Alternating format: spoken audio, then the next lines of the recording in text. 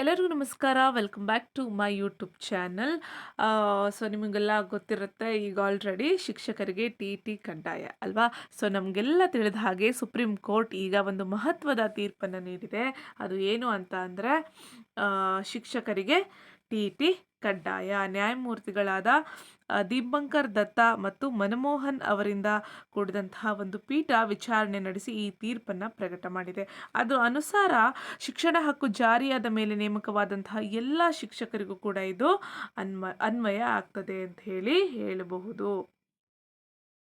ಅಂದರೆ 2009ರ RTE ಕಾಯ್ದೆ, right to education act ಜಾರಿಗೆ ಬಂದ ನಂತರ ಹೊಸ ನೇಮಕಾತಿಯಾಗುವಂತಹ ಎಲ್ಲ ಶಿಕ್ಷಕರು ಕೂಡ ಏನಾಗಿರಬೇಕು, TET ಉತ್ತೀರ್ಣರಾಗಿರಬೇಕು ಅಂತ ಹೇಳ್ತಾ ಇದೆ.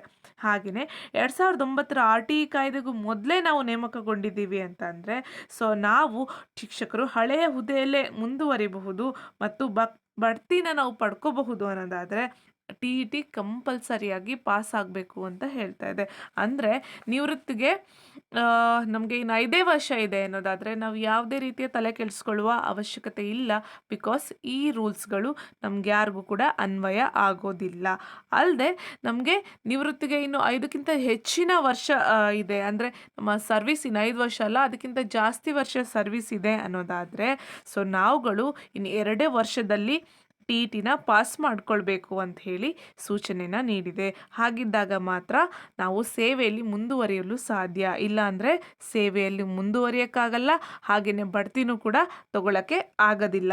ಬಡ್ತಿ ತಗೋಬೇಕು, ಸೇವೆಯಲ್ಲಿ ಮುಂದುವರಿಬೇಕು ಅಂದರೆ ಇನ್ನು 2 ವರ್ಷದಲ್ಲಿ ನಾವೆಲ್ಲರೂ ಕೂಡ TET ಪರೀಕ್ಷೆನ ಪಾಸ್ ಮಾಡಿಕೊಳ್ಳೇಬೇಕು. ಒಂದು ವೇಳೆ ನಾವು ಪಾಸ್ ಮಾಡಲಿಲ್ಲ ಅನ್ನೋದಾದರೆ ನಮ್ಮನ್ನು ಬಡ್ತಿಗೆ ಪರಿಗಣಿಸೋದಿಲ್ಲ, ಹಾಗೆಯೇ ವೃತ್ತಿಗೂ ಕೂಡ ರಾಜೀನಾಮೆ ನೀಡಬೇಕಾಗ್ತದೆ, ಅಥವಾ ನಾವೆಲ್ಲರೂ ಕೂಡ ಕಡ್ಡಾಯವಾಗಿ ರಾಜೀನಾಮೆ ತೆಗೆದುಕೊಳ್ಬೇಕಾಗ್ತದೆ ಅಂತ ಹೇಳ್ತಾ ಇದೆ. ಸೊ ಹಾಗೆಯೇ ಫೈನಲಿ ಇವ್ರು ಏನು ಹೇಳ್ತಾ ಇದ್ದಾರೆ ಅಂತಂದರೆ ನಾನ್ ಮೈನಾರಿಟಿ ಶಾಲೆಗಳು ಅಂದರೆ ಸರ್ಕಾರಿ, ಏಡೆಡ್, ಅನ್ಏಡೆಡ್ ಎಲ್ಲವೂ ಕೂಡ ಎಲ್ಲ ಶಾಲಾ ಶಿಕ್ಷಕರ ನೇಮಕಾತಿಗೆ ಮತ್ತು ಅವರ ಬಡ್ತಿಗೆ TET ಕಡ್ಡಾಯ ಅಂತ ಹೇಳ್ತಾ ಇದ್ದಾರೆ. ಸೊ ಇದು ಎಲ್ಲ ರಾಜ್ಯಗಳಲ್ಲೂ ಕೂಡ ಅಪ್ಲೈ ಆಗ್ತಾ ಇದೆ. ಹಾಗೆಯೇ ಮತ್ತು ಮೈನಾರಿಟಿಗಳ ಬಗ್ಗೆ, ಮೈನಾರಿಟಿ ಸ್ಕೂಲ್ಸ್ಗಳ ಬಗ್ಗೆ ಈ ಪೀಠ ಯಾವುದೇ ತೀರ್ಮಾನ ತೆಗೆದುಕೊಂಡಿಲ್ಲ. ಇದ್ರ ಬಗ್ಗೆ ವಿಸ್ತೃತ ಪೀಠ ನಿರ್ಧಾರ ತೆಗೆದುಕೊಳ್ಳಲಿದೆ ಅಂತ ಹೇಳಿದ್ದಾರೆ. ಸೊ ಟೋಟಲಿ ನಾ ಏನು ಹೇಳೋದು ಅಂತಂದರೆ ಸೊ TET ಕಡ್ಡಾಯ ಮಾಡಿ ಹೋಗಿದೆ. ಸೊ ಹಾಗಾಗಿ ಏನು ಮಾಡಬೇಕು, ನಾವೆಲ್ಲರೂ ಇನ್ನೂ ಸರ್ವಿಸ್ ನಮ್ಮದು ಜಾಸ್ತಿ ಇದೆ, ಇನ್ನು 5 ವರ್ಷಕ್ಕಿಂತ ಜಾಸ್ತಿ ಇದೆ ಅನ್ನೋರು ದಯಮಾಡಿ ಎಲ್ಲರೂ ಪ್ರಿಪೇರ್ ಆಗಿ, ಹಾಗೆ ಆದಷ್ಟು ಬೇಗ ಇನ್ನು 2 ವರ್ಷದೊಳಗಡೆನೆ ಏನು ಮಾಡಿ TET ಪರೀಕ್ಷೆನ ಪಾಸ್ ಮಾಡ್ಕೊಳ್ಳಿ. ಸೊ ಅವಾಗ ಯಾವುದೇ ಸಮಸ್ಯೆ ಇರಲ್ಲ.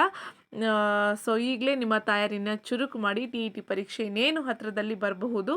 So all the best all of you, and thank you so much for watching.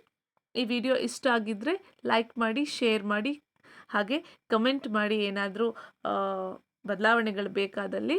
ಹಾಗೆ ನಮ್ಮ ಚಾನೆಲ್ನ ಸಬ್ಸ್ಕ್ರೈಬ್ ಮಾಡೋದನ್ನು ಮಾತ್ರ ಮರಿಬೇಡಿ. Thank you so much for watching.